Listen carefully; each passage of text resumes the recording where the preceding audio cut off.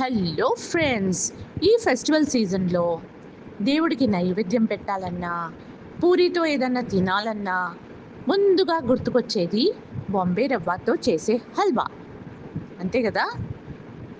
అయితే ఈరోజు మనం బాంబే రవ్వతో హల్వా చేసుకుందామా? Tasty tasty halwa. పదండి కిచెన్లోకి. ముందుగా మనం స్టవ్ పైన ఒక ప్యాన్ పెట్టుకుని ఒక 2 టేబుల్ స్పూన్స్ ఘీ వేసుకోవాలి. మీరు ఎక్కువ అంటే ఎక్కువ కూడా వేసుకోవచ్చు ఫ్రెండ్స్.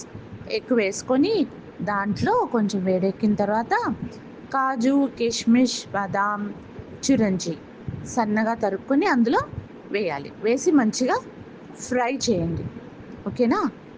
మెల్లిగా ఫ్రై చేయండి, అవి మాడకుండా. దాని తర్వాత ఒక చిన్న బౌల్లో అవి తీసుకొని పక్కన పెట్టండి.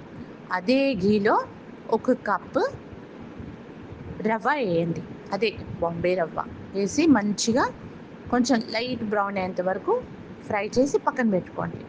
ఒక ప్యాన్లో ఒక కప్ మిల్క్, 2 కప్స్ నీళ్లు పోయండి.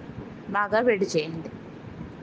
బాగా మరగబెట్టిన తర్వాత అందులో కేసర్ కలర్, ఎడిబుల్ కలర్ వస్తుంది కదా, అది కొంచెం నీళ్ళలో కలిపి మిక్స్ చేయండి. మిక్స్ చేశారా?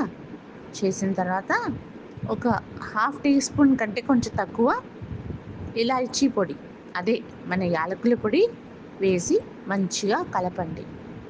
కలిపి అదొక బాయిల్ వచ్చేంత వరకు పెట్టండి. పెట్టిన తర్వాత అది ఆ మిల్క్ ఆ రవ్వలో కలిపేయండి మంచిగా. ఓకేనా ఫ్రెండ్స్? తర్వాత ఒక మూత పెట్టి ఒక 3-4 నిమిషాలు వెయిట్ చేయండి. వెయిట్ చేసిన తర్వాత మూత తీసేసి అందులో 3/4 కప్ షుగర్ వేయండి. వేసి ఒక 2 టేబుల్ స్పూన్ ఘీ వేసుకోండి. వేసుకున్న తర్వాత మంచిగా దానికి మిక్స్ చేసి అందులో మనం ఫ్రై చేసుకున్న డ్రై ఫ్రూట్స్ వేసేసేయండి. మీ వేడి వేడి సూజీ రవ్వ టేస్టీ టేస్టీ హల్వా రెడీ.